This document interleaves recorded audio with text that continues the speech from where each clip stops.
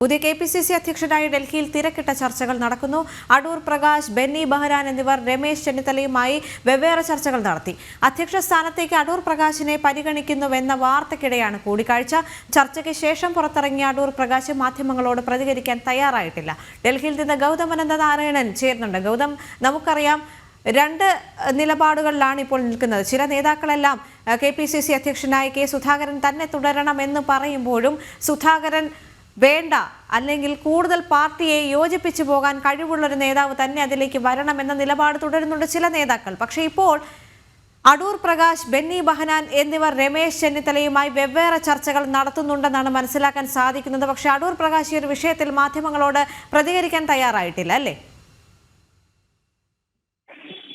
ദേവിക, അടൂർ പ്രകാശും അതുപോലെ തന്നെ ബെന്നി ബെഹനാനും രണ്ട് നേതാക്കളും കൂടിക്കാഴ്ച നടത്തി കഴിഞ്ഞിരിക്കുന്നു. അതിൽ അടൂർ പ്രകാശ് പ്രതികരണം നടത്തിയിട്ടില്ല. രമേശ് ചെന്നിത്തലയെ കേരള ഹൗസിൽ വെച്ചാണ് കണ്ടത്. അതിനുശേഷം മടങ്ങുമ്പോൾ ഒന്നും പറയാനില്ല എന്ന പ്രതികരണം മാത്രമാണ് അടൂർ പ്രകാശ് നടത്തിയിരിക്കുന്നത്. ബെന്നി ബെഹനാൻ ആവട്ടെ രമേശ് ചെന്നിത്തലയുമായിട്ടുള്ളൊരു സൗഹൃദ കൂടിക്കാഴ്ചയാണ് എന്നാണ് വ്യക്തമാക്കിയത്. ചെന്നിത്തലയുമായി വർഷങ്ങളായിട്ടുള്ള സൗഹൃദമുണ്ട്. ഒപ്പം ചില രാഷ്ട്രീയ കാര്യങ്ങൾ കൂടി ചർച്ച ചെയ്തു എന്ന് ബെന്നി ബെഹനാൻ വ്യക്തമാക്കി.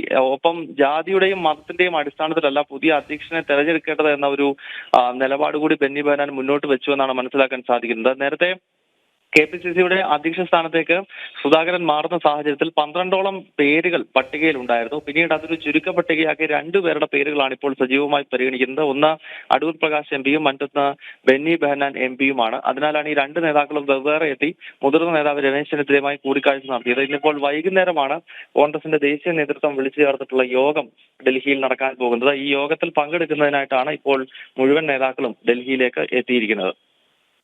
ശരി.